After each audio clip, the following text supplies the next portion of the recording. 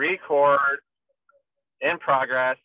Dr. Bethany, we really appreciate you being here. Some of the guys know you, some of them are just meeting you for the first time, but really appreciate you taking some time and chatting it up with our guys and helping give them some stuff that will make them better players and better athletes. So I'll go ahead and turn it over to you, Doc, and definitely thanks again for being here. Really appreciate your time. Yes, thank you so much for having me.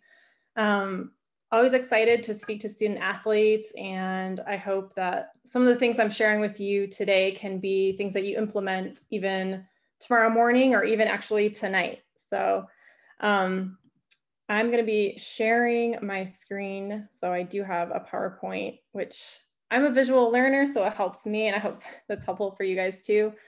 I'm also really appreciative, game 2 of the finals that you guys are inviting me to speak instead of catching the game here. So let me just go ahead and share my screen.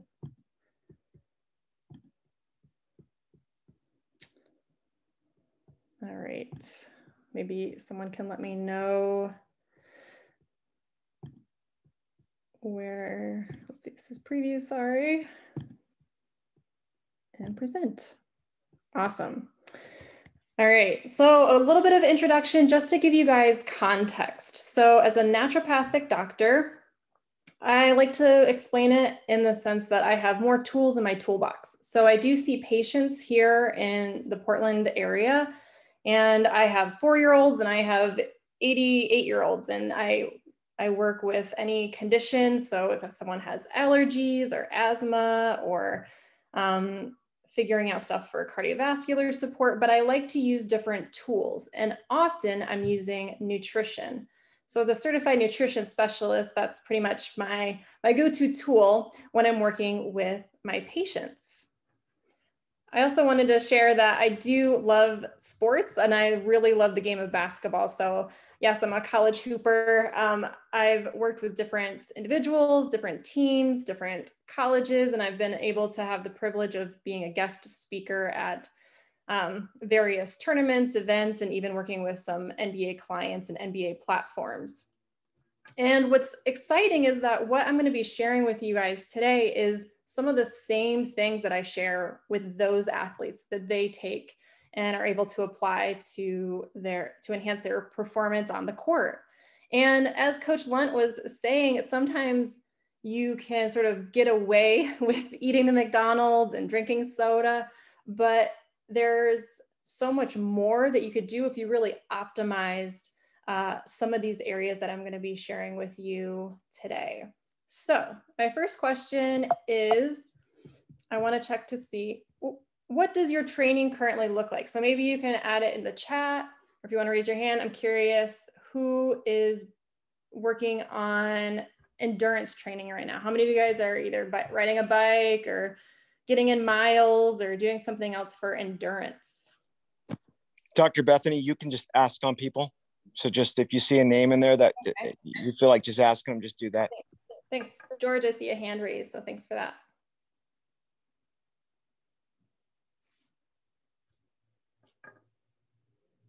Oh, did you want me to speak?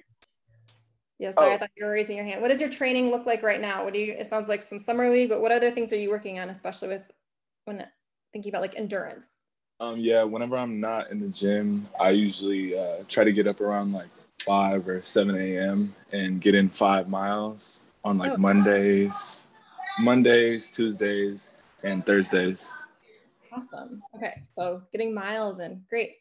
How many of you guys are working on a strength training program? I understand that bigger, faster, stronger is the goal. So is everyone lifting weights this summer?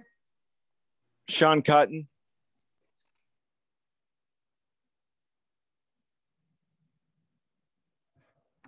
Yeah, I'm in the weight room. Nice. So I'm curious, how many of you guys are thinking about nutrition as part of your training? Is anyone dialing in what you're consuming to think about how that's going to impact you when you're doing your training? Maybe you can just raise your hand. I can see some hands raised. Awesome. Awesome. So when I'm working with patients, I think about food as medicine. So something that I use to help support someone fighting a cold to someone managing a disease. But when I'm working with athletes, I think about nutrition as part of your training. And so I want to introduce that concept to you if this is the first time you've heard of that. And the 3 pillars of performance I want to go over with you guys today. So if you're taking notes, the first area is hydration. Hydration. And so this is something that a lot of the things I'm going to be sharing with you are probably familiar, but I'm hoping that you'll find better strategies to incorporate it, but also understand as an athlete and as a student how it can impact you in those ways. And also there's a few things that are specifically for basketball players, though I'm excited to share that with you in a moment. So when we're thinking about hydration, you want to think about there's other considerations for individuals. So if you sweat a lot, if you are training, if anyone's in Colorado right now, if you're going to be on an airplane, if you like here in Oregon the other weekend when it was 115 degrees, when the temperatures are changing, you want to make those considerations. But as a general rule of thumb, you want to think about half your body weight in ounces. And that's something you can write down, you can calculate, and then maybe it's something that you can start thinking of as a goal. When you're working out, you might have heard before the idea that once you're thirsty, you're already a little bit dehydrated. So the goal is to stay ahead of the game. And so that's the concept of keeping your thirst sensation low. One of the strategies that if you are really wanting to dial in is you weigh yourself before you work out. So you get on a scale, check your weight, go do whatever workout. So whoever was doing those 5 miles, when you come back, weigh yourself again.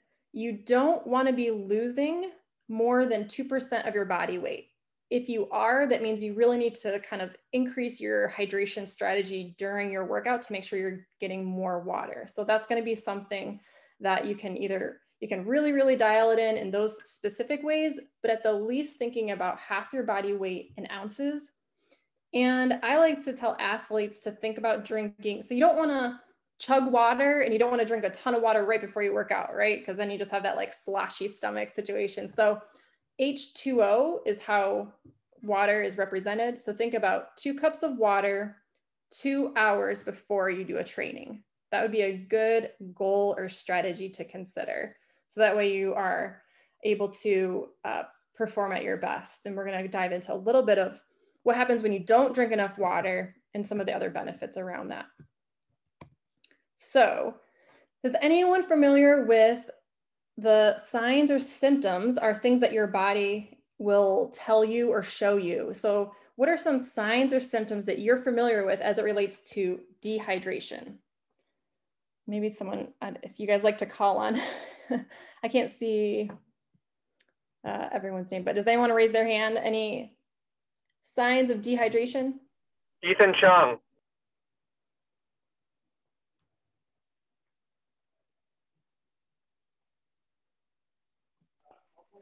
My bad, Coach. Can you repeat the question? So I'm curious if you know of any signs that your body might tell you when you are dehydrated. So if you don't have enough water, do you have any ideas of what your body, just give me one, if you can think of one. I guess my mouth just starts to get dry. Yes, perfect. Yeah. Dry mouth. Anyone else want to offer another?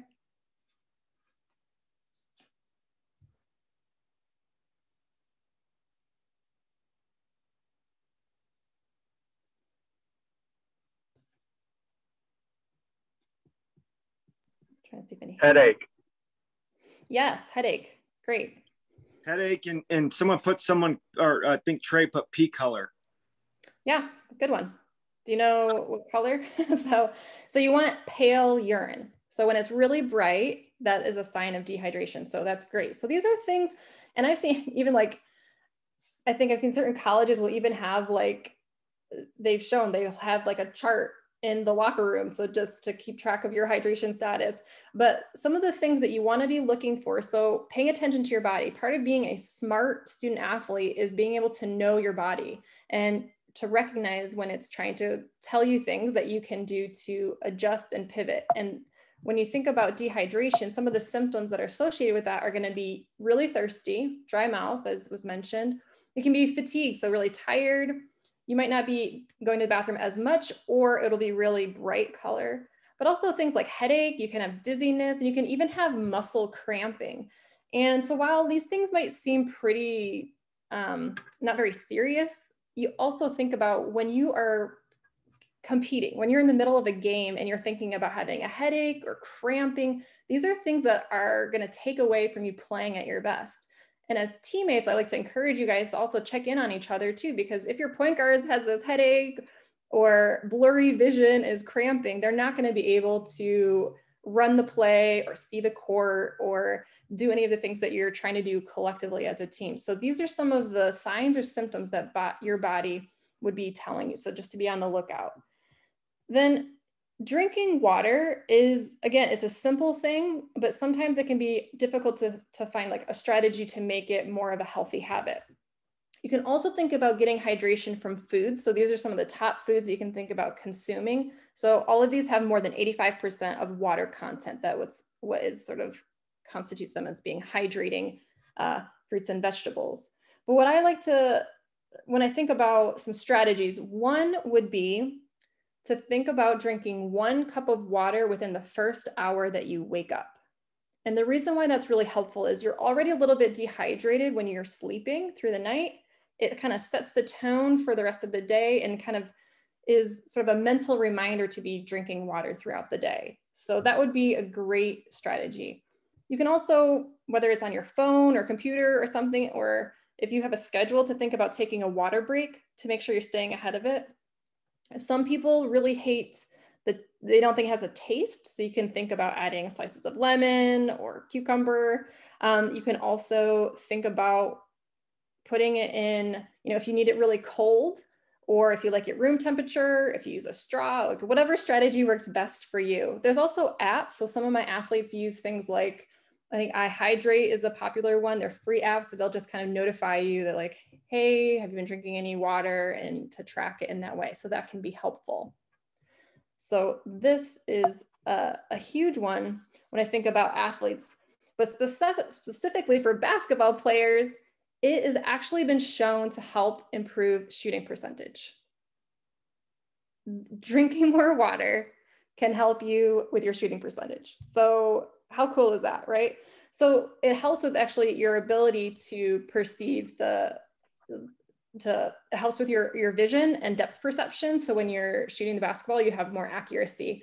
It also helps with, they've done tests to show like cognition and physical performance, and so reaction time and things like that. And so just this simple, healthy habit can be one way that you can improve your game. And you can also think about, if you're a headache or just kind of feeling tired, or your brain is just kind of feeling slow, drinking water is one way to really support function when you're in the classroom as well. So think about being both an excellent student as well as a student athlete. So again, here are some of the strategies around staying hydrated. One thing that I will mention here that I didn't speak on is habit stacking. And if you're not familiar with that, it's basically the way that you build in a healthy habit, a new habit, is you basically piggyback it onto something that you're already doing. And for most of us, it's probably, hopefully, brushing our teeth is something that you do every day. And so that could be something that you connect it to. For most adults, it's drinking coffee. So sometimes it's drinking a little bit of water before drinking your coffee. Or if you have a commute, or if you have any sort of routine where you're doing something already, then adding in something new is a good way to sort of create that as a consistent habit. Okay. So my crossover challenge is basically for each of these pillars of performance. I want you to think about, if you're drinking a lot of soda pop, I want you to think about drinking to water. So that's your crossover challenge. And sometimes I call it 0 to 60. So it's 0 soda and 60 ounces at least of water. So maybe that's something that you can think about, either tracking, challenging yourself, and even just paying attention to see how you feel, how you perform, how your shooting drills go on a day that you feel more hydrated. So I'm hoping that can be something you guys can utilize right away. Does anyone have any questions about hydration before I move on?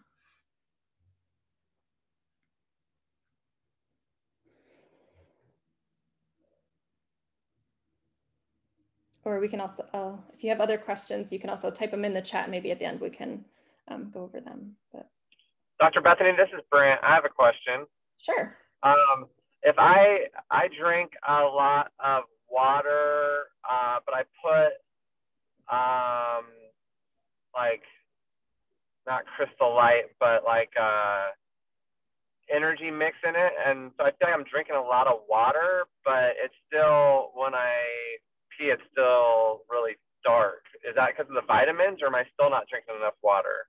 It's a good question. So if you're taking any B12, that will also increase. So that's something to be monitoring. So I would check to see what is in whatever you're mixing it with. And just to also be mindful of, anytime you're taking things that also, if they're going to be, like coffee or iced tea, even if it's like mostly water, if there's things that are going to be more of like a diuretic, meaning that it goes through your body a little bit quicker, it won't be quite as hydrating. One thing that you can think about doing is you actually adding trace minerals and electrolytes is something I didn't touch on, but that's also really supports hydration too. It's necessary for your cells to get hydrated. And so sometimes people will add, like, even like a DIY would be a pinch of salt and a little bit of honey is actually something that can be really helpful to supporting hydration. But yeah, I'd have to see what you're adding to give you all the details. Awesome. Yeah. No, thank you. That's great. No, thanks, Doc. Sure. Any other questions about hydration?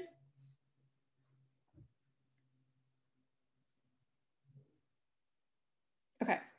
Moving on to the second pillar of performance. So the next thing is talking about nutrition. And I will say, when I work with some of the more elite athletes, we think about, sometimes you think like, oh, you can get away with it. But when, like Coach Lunt was saying, the competition, the level of, you're going to have to level up when you're playing at a collegiate level. And if you're also looking to play for, you're looking for like the long game. So how long can you play at your best? Also thinking about preventing injury. And so this is where it comes into play. So just because you had a Big Mac and had like 30 points, it doesn't mean that that didn't impact you in some way. And I want you guys to start thinking about how nutrition can play a role in making you even better. And if you are doing that, just think about like how, if you fueled yourself even better, how much better you could be doing. So when I break down sports nutrition 101, this is my motto here. So eat like a champ. So the first C stands for colors. And when I think about, sometimes when I work with athletes, I'm curious if anyone's ever done like a food diary or food log. Sometimes I'll just have them take pictures of their food. And what I'm looking for and want people to think about doing is eating as many different colors as you can. And what that provides is a lot of different minerals and vitamins that are really essential for you as athletes and as students. And so if someone just has, rice and chicken and corn, you're really missing out on some of these other things. And a huge topic of this past year has also been immune support. And that's a big part of what's in different colored fruits and vegetables are going to be these things called antioxidants. So that can be a challenge for you as well, is how many different colors can you have on your plate? And so thinking about how to bring in as much variety in that way. And if you hate vegetables, make a smoothie, throw it in there. The next is healthy fats. And this is really important. Student athletes, you want to think about healthy fats are going to support your brain. They're also supporting your nerve and muscles. And so, especially if you're thinking about getting bigger, faster, and stronger, this is something you'll want to be considering. Healthy fats are going to be things like fatty fish, like salmon. It's going to be healthy oils like olive oil, coconut oil, foods like avocado. You might have heard things like chia seeds or flax seeds or nuts and seeds. And those are some things that you want to think about incorporating as part of a balanced meal. So those are some foods I want you to consider. The next A is a little bit of a reach, but is add herbs and spices. Show of hands, maybe, if is the only thing that you season your food with, raise your hand if it's ranch dressing. Or maybe a hot sauce. I just want to encourage you guys to think about how you can optimize your nutrition as an athlete by thinking about other ways to flavor your food that's also going to support you. And so herbs and spices, I use that with patients a lot too. We call it botanical medicine, but there's ways to incorporate that in sort of everyday medicine. And with athletes, we think a lot about things that are going to help with inflammation. So after your training, after a game, to help with recovery. So a few that I'm going to give you today, I'd say for athletes, the top 3, maybe you can chat in a guess, and Brant, Coach Miner, if you don't mind checking the chat. Does anyone familiar with what is really helpful? You might have had it when you had the flu, and it's supportive if you've been throwing up or feeling nauseous. What is something that might be something that someone gets you, if someone can? Drew says ginger. Yes, winner. winner. Drew, So, let's ginger. Ginger, while sometimes people will drink ginger ale when they have the flu, it's not just because it's not the soda so much as it is the ginger. It has properties that help with feeling nausea. One way that can be really helpful for you as a student athlete is bus ride, taking a van, however you're going to be, if you're going to be traveling for a long trip. If you ever get motion sickness, having things like ginger chews or a ginger tea could be a really helpful thing to support you. Cinnamon is also an anti-inflammatory. It's a great one. So it's something that you can add, whether it's like on an apple or if you're making oatmeal or something. And lastly, the one that is the most powerful anti-inflammatory is something called turmeric. It's often in different types of curry dishes, but you can throw a little bit in a smoothie or make a recovery drink called golden milk. That's been kind of trendy in the past couple of years. Even some coffee shops will sell a golden milk latte. But those are some things you can think about how you can add flavoring, but also thinking about how you can use it to support you. The next one is mindfulness. And what I mean by that is when you're eating your food, taking time to really just eat and consume your food. Even if you're eating the right things, if you're like just in front of your computer the whole time or driving in a car, or if you're stressed out and you're thinking about like an exam you have or the game you have going on, your body isn't going to absorb it as well either. So one strategy is you use the opposite hand when you're eating your next meal. So that's another, I'm giving you guys lots of challenges. So this is a way to slow down, to chew your food so you don't get things like heartburn or indigestion, and to help your body process and absorb so that when you are eating even healthy foods that you can get the most out of it. And the last thing is power proteins. And this is a big one, especially if you guys, again, are looking to be bigger, faster, and stronger. If you guys are looking to gain muscle this summer, this is the time to do it. This is when you want to do body composition changes. And so protein is going to be a big part of that. And so if you like to calculate it, you're looking at, about 0.8 grams per kilogram. You want to think about balancing each meal, and things again like fish, chicken, beef can be helpful, but you also can think about plant proteins. So whether it's going to be things like quinoa, which is a complete protein, or hemp seeds or other nuts, that can also be something that can be helpful too. So that is eat like a champ: colors, healthy fats, herbs and spices, mindfulness, and power protein. This is also a helpful just reference. Again, if you're a visual learner, just thinking about how you play. You probably heard before, you are what you eat, and it's so, so true. And this is a helpful kind of breakdown of different fruits and grains, proteins, healthy fats. So the crossover challenge is going to be switching from eating crap. So that's things that are like carbonated, refined sugars, additives, and processed foods. That's what it stands for, to eat like a champ. And, maybe it's something that you just start thinking about a little bit and paying attention to. So whether it's, sometimes I'll like look at your phone and what's the last picture of food that you took, and what is it that you are eating throughout the day. Sometimes you don't realize what you're eating or how much you're eating or even when you're eating. Sometimes it's like watching the game, watching the finals, And it's, eating a whole bag of chips and not even realizing it, but kind of doing a little bit of tracking can be a really great way to get dialed in a new way. So that is some 101, sports nutrition 101. Any questions about nutrition before I move on to our final pillar of performance? Yeah, Doc, could you just touch on I get done with a great workout, whether it's a skill development workout or whether it's in the weight room and just got a really good lift in. What's your recommendation after that session as far as food intake, and what ideally does that look like?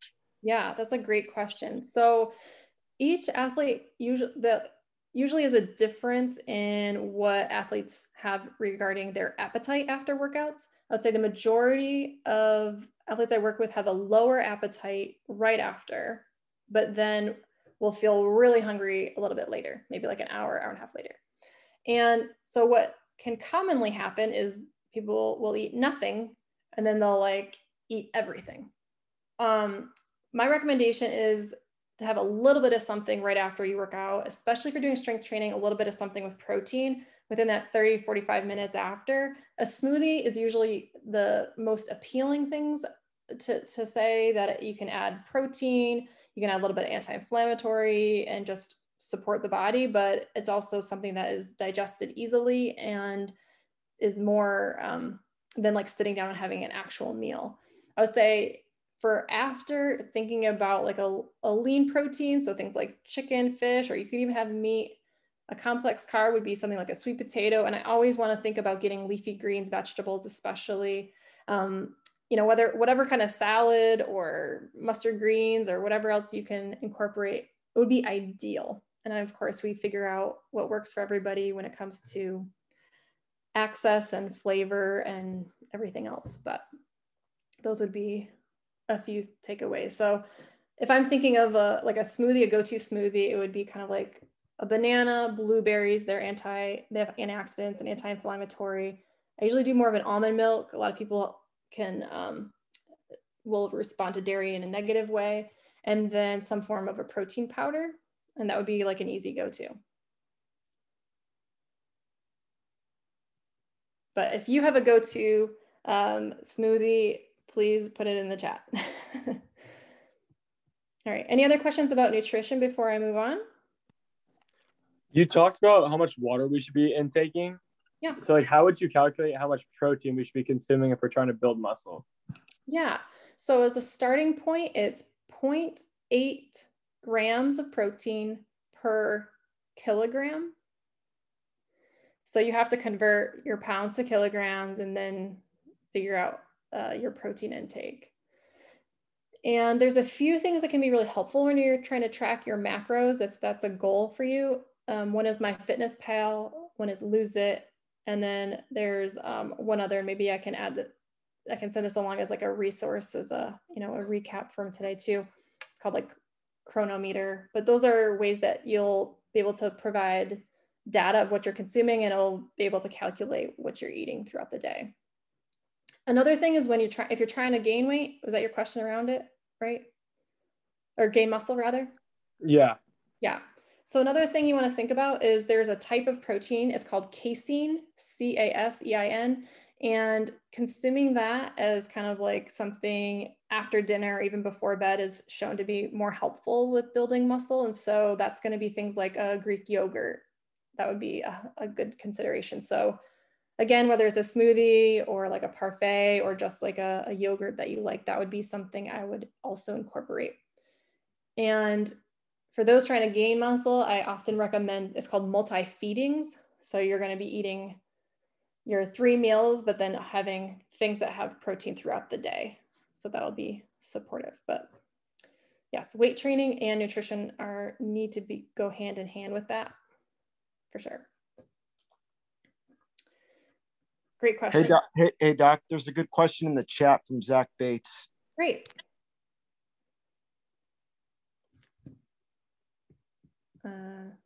Would you mind reading it? Or I feel like if I... It says, oh, okay. say if you are using MyFitnessPal, how do you track macros from the cafeteria? Such a good question. It's hard. So I think it would be helpful to, when you're thinking about what you're eating in the cafeteria, is to be able to identify foods that you can identify.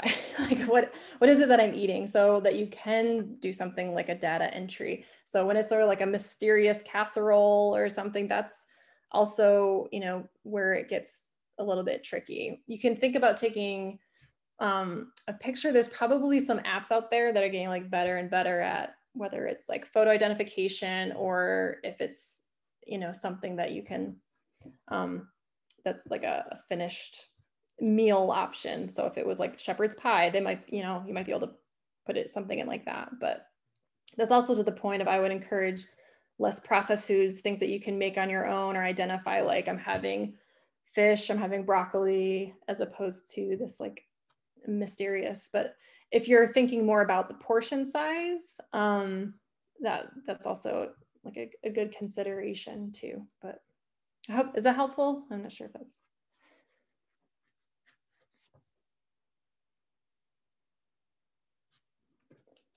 You can follow up if you have maybe more questions around that. Anything, and what other questions do you guys have?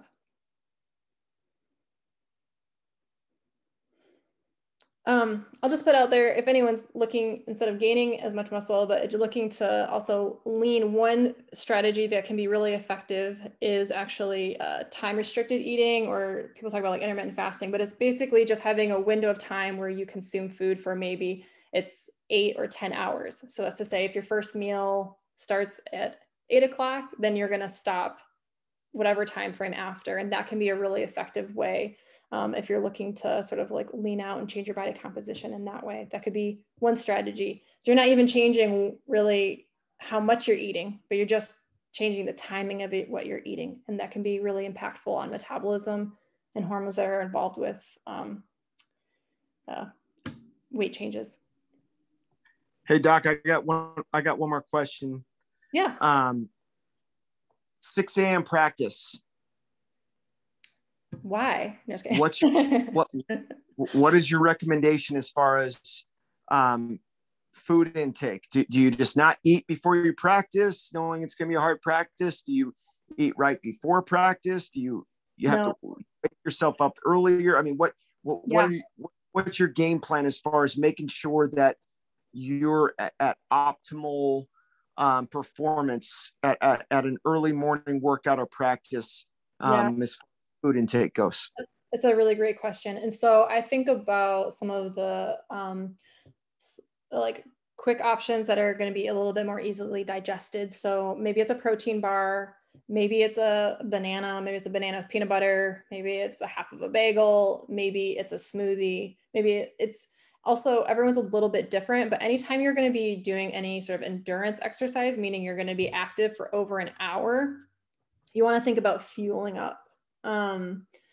Just because you'll kind of bonk most of the time. So I would say during the summer, maybe that's a time to sort of like play with what foods work best for you. And then, you know, when you have those 6 a.m. practices together as a team, you have a little bit of a strategy that, you know, like your stomach can handle. Some people like aren't hungry at all, or they feel nauseous when they wake up. So kind of just like feeling that out. But I would say now's a good time to kind of play with those ideas. And usually like a protein bar or something like that can be usually well tolerated.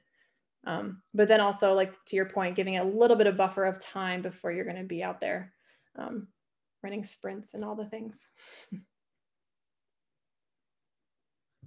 Anyone else? We do have one more pillar of performance to get to, and I'll probably rush through it here, but maybe if you have questions, throw them in the chat, and we'll get to this last pillar of performance. Thanks so much for your questions and your attention, guys. So the last one is recovery. And this one I think is a little bit, all of these I feel like are underutilized. So I'm really excited that I can share it, and hopefully it's something that you can implement to support you. So the big one is sleep. Sleep, sleep, sleep. It's so huge, so important. So these are some things that you can do to support your sleep. If you haven't heard of it before, it's called sleep hygiene. So in the same way of like washing your hands or brushing your teeth, this is sort of strategies, but this is to support falling asleep. And so some of the things are going to be limiting stimulants. You guys are already exercising, so that's a given. You don't want to eat food really late at night. You want to limit a lot of bright lights. So ideally it's not, being on your phone, computer, or TV. Making your room dark and a little bit cooler temperature. These are some things, and these are strategies provided by the National Sleep Foundation. This is, if you want to like look more into it as it relates to sleep hygiene. But why it's so important for athletes. So yes, sleep is great. Maybe you won't be as cranky, but the big reason, and this is actually more and more NBA franchises are looking into how to support their players when it comes to sleep, because of how it pertains to risk of injury. And so this is a really interesting study. So it was identified that basically less than 8 hours of sleep per night was 1.7 times greater risk of being injured. And so they were adolescent athletes, but this would certainly apply to your age group and is definitely a consideration for the elite professional levels. You really want to think about optimizing your sleep. Another thing is that, once again, it's actually helped with shooting percentage. So the Stanford or Harvard, Stanford, I believe, the men's basketball team, they had a group, they did shooting drills and they assessed how accurate their shooting was. And then they had another group where they had extended sleep. And I want to say it was 9 or 10 hours that they gave them. And they actually had a significant higher shooting percentage, both free throws and 3-pointers. I think it was 9% for 3-point range. And so when you're thinking about how to support yourself as a student athlete, this is just such a great way to invest your time for both performance, mood, immune systems, but mental health. This is so important right now. And then also long game, you're thinking about injury prevention. A few things that you can think about. So you might have heard of melatonin before, and actually this is called a nature's sleeping pills. Actually, these are foods that have melatonin in them. And so things like tart cherries. And so there's studies that show drinking tart cherry juice can help with insomnia, which is the inability to sleep. Grapes, walnuts, and even pistachios. So these are some things you could think about incorporating to support sleeping well, especially if it's a travel day and you're in a different location that you need to be able to fall asleep more readily. This is some things that you could consider incorporating. A few other things, sometimes things like chamomile tea. If you've ever had like sleepy time, that includes chamomile. Sometimes peppermint can be really helpful, or passion fruit tea. So these are, again, just hopefully some tools and strategies for you to think about how you can best take care of yourself and support sleep. And so this was my last crossover challenge, is thinking about, instead of Fortnite, I'm not sure if you guys are over Fortnite, to sleep tight. And I would just encourage you guys to really think about how you can invest in your sleep. When I'm talking to adults, I'll just say sleep is such a big part for weight loss. It's also connected to things like diabetes and even Alzheimer's. And so it's a big component when we think about disease prevention, but for your age group, I would definitely think about it in the terms of helping you be the best student. So memory, learning, when you're sleeping, that's when all your memories are, like when you learn something through the day. When you're sleeping, that's when it all sort of like connects and locks in and allows you to then access that information the next day.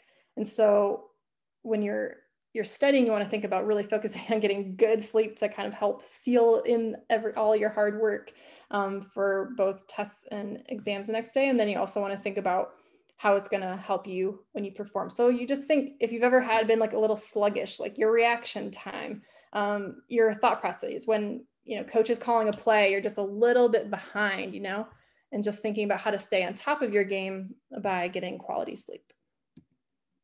So this is kind of my mantra to sum it all up.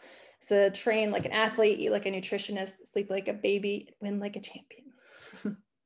So Thank you so much for your attention tonight, and I'm more than happy to stick around for questions. Hey, Doc, we got a few questions in the chat that are pretty good. And actually, one of them I was gonna talk or ask you about, but George asked a question. When is the best time to stop eating?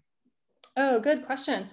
So it's so hard, right, when you guys have late night games, but you want to give yourself a couple hours before you're eating and then going to bed. So I would say thinking like 2 to 3 if possible.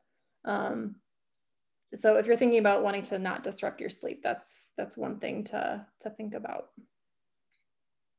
Okay. And the other question was from Jerome. Is there any other strategies other than stretching and icing that we could do to recover from workouts that we can do at home?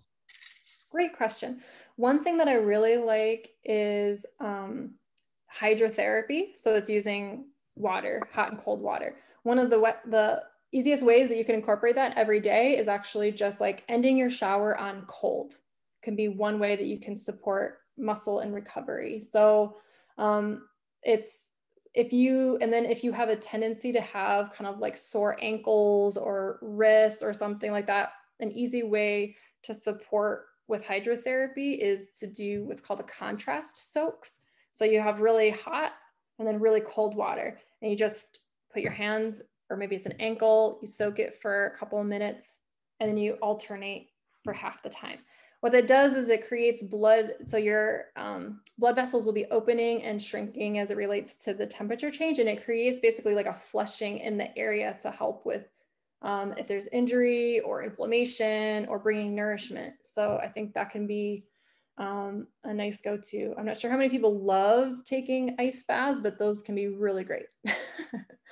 Really great. But at the least you could do is like add 10 to 20 seconds of cold to the end of your shower as one way of supporting with recovery.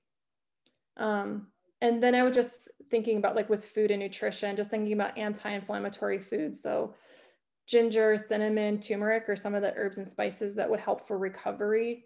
Thinking about electrolytes, thinking about hydration would be a few things. And last thing, magnesium would be a big one. So the reason why Epsom salt baths can be so helpful is because the magnesium can be absorbed through the skin. So that's actually how it can help with the musculoskeletal pain and help with recovery. But you can also eat magnesium. So that'll be, again, green leafy vegetables and nuts and seeds have a lot of magnesium, or you can supplement if needed. Most people are deficient in it. And if you are prone to cramping, I would think hydration and magnesium as the top 2 things to support you. Awesome. One more question in the chat. What would be the best suggestion in terms of high protein breakfast? Oh, great. Well, I would think eggs are great if you tolerate eggs. So I would do eggs with egg yolk and egg white, and probably add in some veggies. Spinach and mushroom would be probably my go-to, but whatever you like. Again, smoothies are a go-to, especially if you don't have a big appetite in the morning or you don't like want something like eggs. You can also think about something like an oatmeal, but add in like hemp seeds and chia seeds and something to kind of elevate it. And at the, another option is just even to like add things like collagen to coffee would just, if you're like just a coffee drinker in the morning, I'm not sure if any of you are, but that would be a way to add a little bit of protein to something to kickstart your morning. Great question.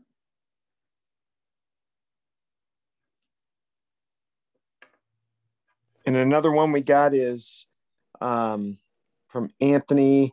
I work out a lot, but for some reason I have a high cholesterol. What foods can I eat in order to lower it down?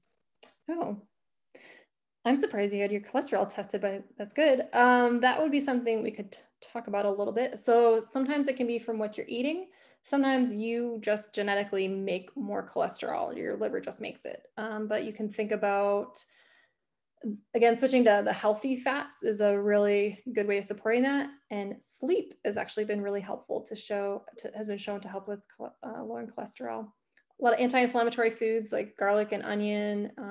Again, the blueberries would be a good thing. But yeah, you can certainly reach out to me if you have other questions about that specifically, and if I can support you in that way. But that's a little bit more medical advice. But any other questions?